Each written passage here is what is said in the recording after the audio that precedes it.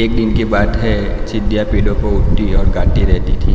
जबकि गोरिल्ला जंगल में घूमते घूमते जा रहा था और रास्ते में उसको चिड़िया दिखी। चिड़िया से बात करने लगा। चिड़िया बोली, गोरिल्ला मामा कहाँ जा रहे हो? गोरिल्ला मामा बोला, बस ऐसे ही थोड़ा जंगल में घूमने आया था। तुम क्या कर रही हो तो बैठ के? चिड़िया बोली, बस ऐसे ही बैठ के थोड़ा देख रही हूँ कौन क्या कर रहा है। मैं तो ऐसे ही थोड़ी देख रही थी। आप बोले, आपको कैसा है?